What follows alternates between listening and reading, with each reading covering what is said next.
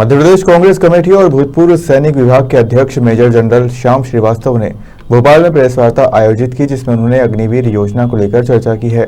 जहां उन्होंने कहा कि सरकार यह योजना बनाकर आंख से खेल रही है। हमारे पास अब भी कुछ समय है।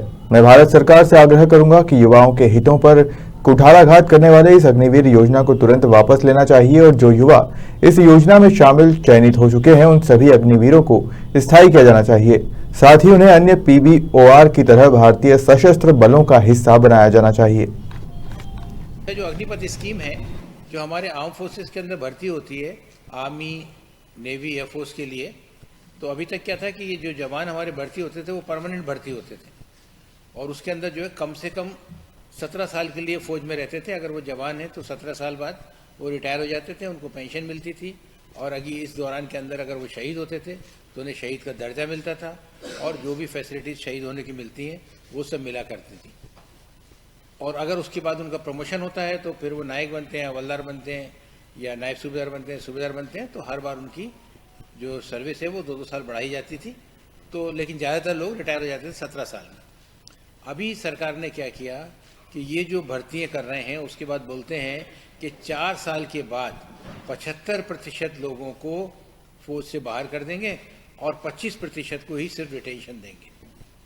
अभी उससे क्या हो रहा है, पहली बात 75% लोग, जैसे 1 लाख भर्तियाँ हुई तो 75,000 लोग हर 4 साल के बाद हर साल 75,000 लोग जो है वो बाहर आते रहेंगे, सिर्फ 25,000 वहाँ पर रहेंगे। इसका पहला डिसएडवांटेज 10-12 साल के बाद में हमारी जो फौज है, हमारी जो आर्म फोर्सेज हैं, उसके अंदर जो मान लीजिए जैसे 14 लाख आर्मी हमारी है तो 14 लाख में से सिर्फ 25% यानी 3.5 लाख जो है वो परमानेंट रहेगी और बाकी जितनी भी है 10.5 लाख वो जो है वो 4 साल वाली रहेगी ना। 4 साल के अंदर ना तो उनकी प्रॉपर ट्रेनिंग हो सकती है, ना उन्हें प्रॉपर सिखाया जा सकता है, यूनिट का एक्सपीरियंस कराया जा सकता है।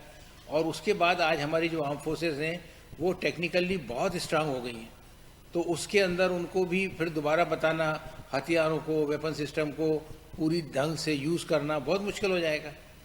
ये तो एक तरफ हुई। और दूसरी तरफ जो है वो हमारी फ़ौज ऐसी हो जाएगी, आज हमारी फ़ौज वर्ल्ड में, विश्व में लड़ने के मामले में बेस्ट है।